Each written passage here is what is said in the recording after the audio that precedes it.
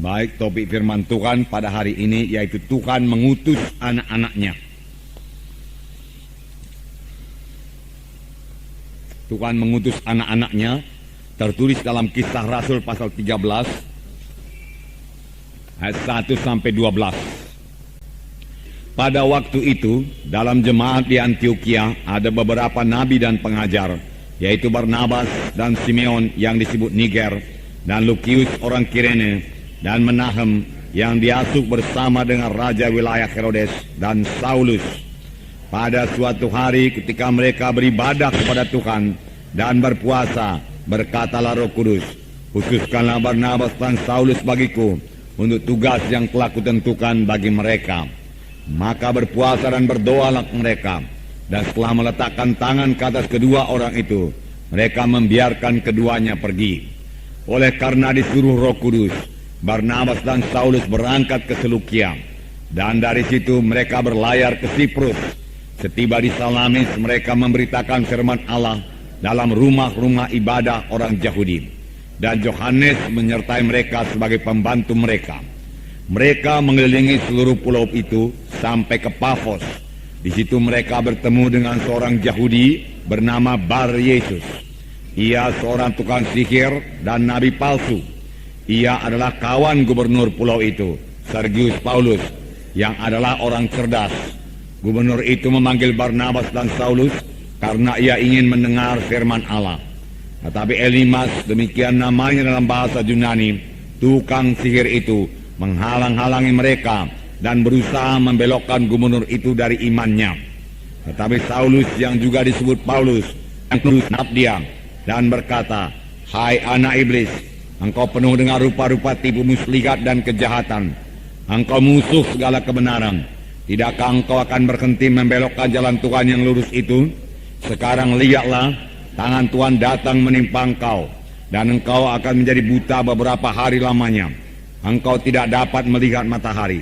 Dan seketika itu juga orang itu merasa diliputi kabut dan gelap, dan sambil meraba-raba ia harus mencari orang untuk menuntun dia. Melihat apa yang telah terjadi itu, percayalah gubernur itu, ia takjub akan ajaran Tuhan. Ini dikatakan jemaat di Antioquia dipersiapkan Tuhan untuk mengerjakan pekerjaan Tuhan dalam menjangkau jiwa-jiwa yang bukan bangsa Yahudi yang berada di bawah kekaisaran Romawi. Dan Tuhan memakai Paulus untuk ini, saudaraku.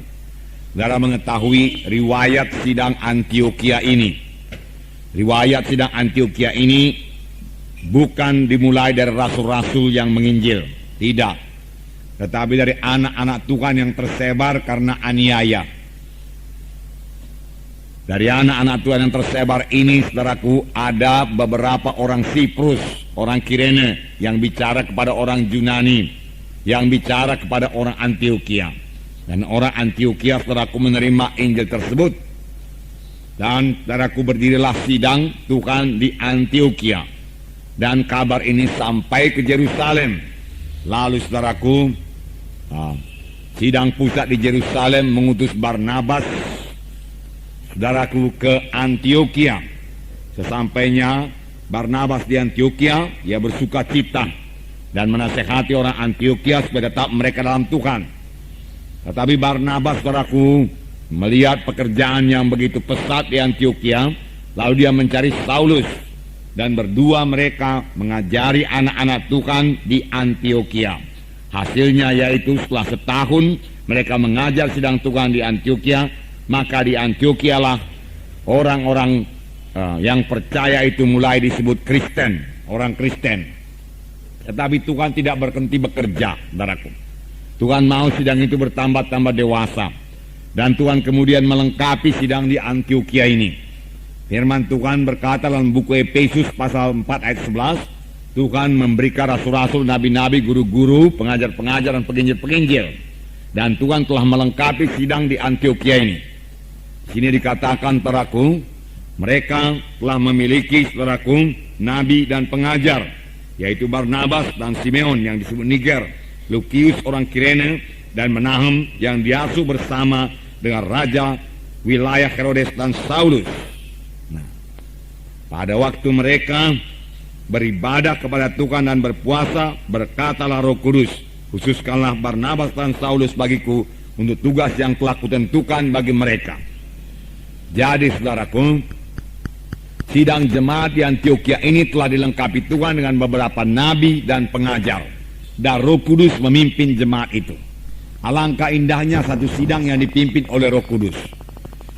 Ayat 2, pada suatu hari ketika mereka beribadah kepada Tuhan dan berpuasa, berkatalah Roh Kudus, khususkanlah Barnabas dan Saulus bagiku untuk tugas yang telah kutentukan bagi mereka. Di sini firman Tuhan dengan jelas berkata, berkatalah Roh Kudus.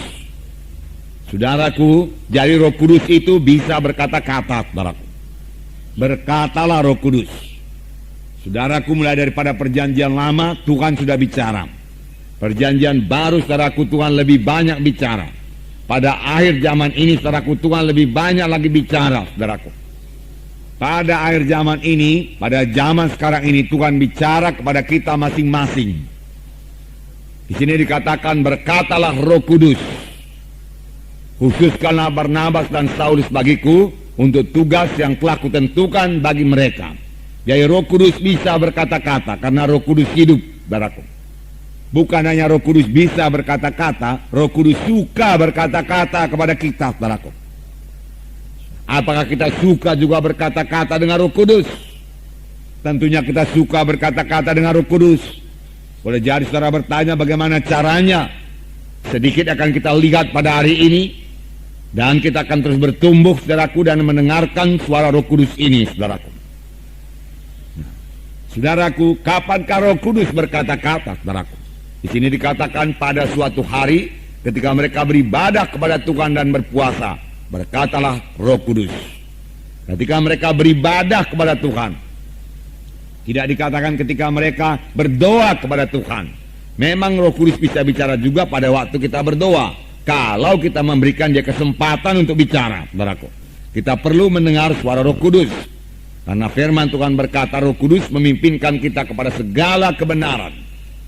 Firman Tuhan berkata demikian, tatkala mereka beribadah kepada Tuhan dan berpuasa. Berpuasa artinya menyangkal diri. Mereka bisa memusatkan pikirannya, saudaraku, hatinya kepada Tuhan.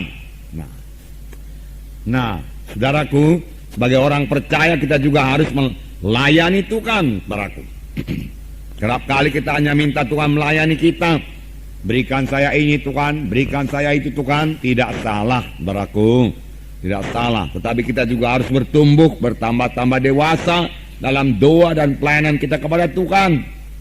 Saudaraku, tidak minta-minta saja, saudaraku. Nah, dalam beribadah kepada Tuhan kita mengadakan pelayanan terhadap Tuhan. Pada waktu itu kita tidak meminta apa-apa kepada Tuhan, tetapi kita bersekutu dengan Tuhan, menikmati hadiratnya, bersyukur dan memuji, menyembah Tuhan.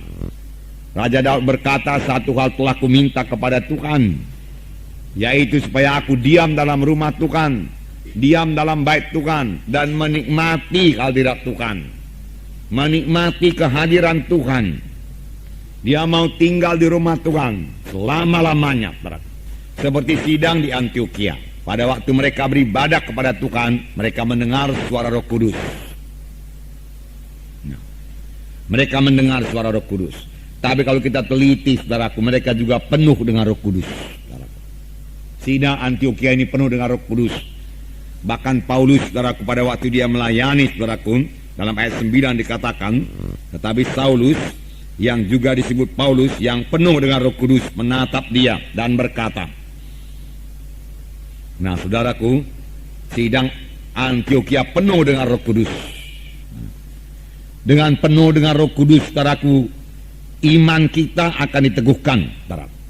Kita akan bertambah-tambah percaya akan mujizat Tuhan.